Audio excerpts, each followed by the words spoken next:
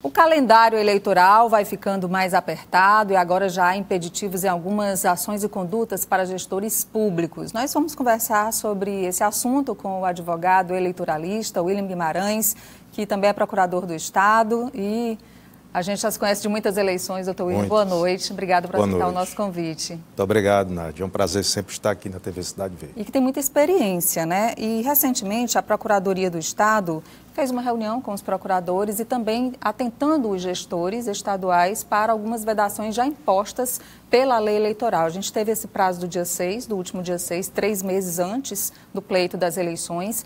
De lá para cá, já tem conduta vedada para gestores estaduais? Nós temos, na verdade, condutas vedadas que antecedem esse prazo. Existem condutas que não têm essa limitação temporal, dos 3 meses antes do pleito. A utilização de móveis e imóveis da administração em benefício de partidos, candidatos ou coligações, a utilização de servidores públicos em benefício de candidatos, partidos e coligações, por exemplo, antecedem esse período. Embora ainda não estejamos no período eleitoral propriamente dito, esses abusos podem ser objeto de ações eleitorais após a fase do registro de candidatura. Nós temos assim uma linha do tempo, Nádia, na questão eleitoral, né? Nós vamos iniciar agora com as convenções de 20 de julho a 5 de agosto, até o dia 15, registros de candidaturas. A partir do dia 16 de agosto, temos o período eleitoral com propaganda eleitoral, e aí teremos as eleições, eventualmente segundo turno, onde puder ter, que no caso do Piauí é apenas em Teresina, e seguiremos com eleição, resultado, proclamação dos eleitos e diplomação daqueles que foram eleitos. São, portanto, marcos que nós temos ao longo do tempo no período eleitoral. Ainda tem aí no calendário um possível segundo turno para as cidades onde é possível a realização do segundo turno de acordo com o número de eleitores, como é o caso de Teresina, pelo número de eleitores, a partir de 200 mil eleitores? Isso. A partir de 200 mil eleitores. Bom, mas ainda falando, eu já queria até entrar um pouco também nessa questão para as vedações e proibições para os prefeitos. Afinal de contas, estamos num ano de eleições municipais, né? De muitos que correm atrás da reeleição e outros que indicam os seus sucessores para a campanha. Mas, doutor William, ainda sobre os gestores estaduais, né? Dentro dessa cartilha que pode ser encontrada, inclusive, no site da PGE, pode baixar o PDF, né? No site da Procuradoria-Geral do Estado, isso é uma ação do nosso Procurador-Geral do Estado, doutor Francisco Pierotti, do nosso Centro de Estudos da OAB, com o nosso colega Francisco Viana. Elaboramos essa cartilha, tivemos um evento no último dia 21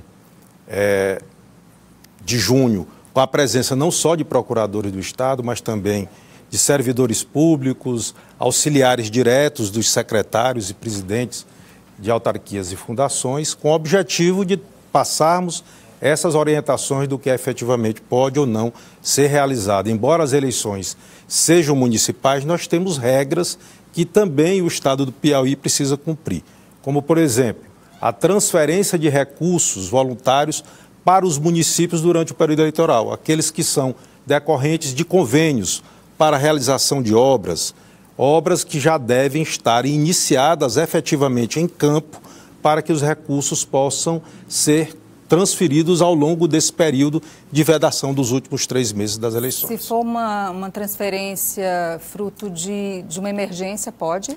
Aí no caso de uma emergência, há exceções legais, calamidade pública e emergência, há exceções legais. Mas o que ordinariamente acontece é a formalização de um convênio com transferência de recursos para a realização de obras e serviços. Bom, doutor William, como eu falava, eleições municipais, né, prefeitos, pré-candidatos a prefeitos, pré-candidatos a vereadores já se mobilizando, convenções partidárias quase todas já com datas agendadas para serem realizadas. A impressão que a gente tem em acompanhar o processo eleitoral é que esse ano está tudo muito mais apressado. A própria pré-campanha já teve muitos sinais de campanha em muitas cidades não só do Piauí, do Brasil inteiro, né?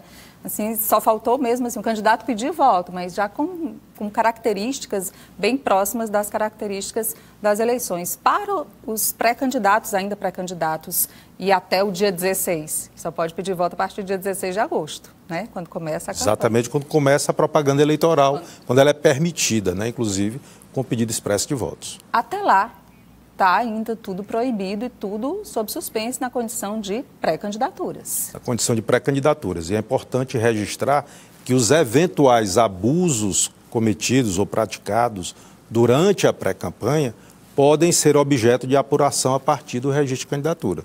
Então, abusos financeiros que foram cometidos na pré-campanha podem ser objeto de uma ação de investigação judicial eleitoral a partir do registro das candidaturas, né? Então, tudo aquilo que foi cometido desbordando os limites legais da pré-campanha será certamente objeto por parte dos atores do processo eleitoral, principalmente dos adversos, né? Dos candidatos adversos, mas também do Ministério Público Eleitoral, que é o fiscal-mor das eleições, poderá ser objeto de ações eleitorais visando apurar e coibir os abusos praticados também na pré-campanha. No caso de pré-candidatos que estão no mandato e de pré-candidatos que são apoiados pelos prefeitos, né? Quais são já as vedações impostas a partir do dia 6 para cá?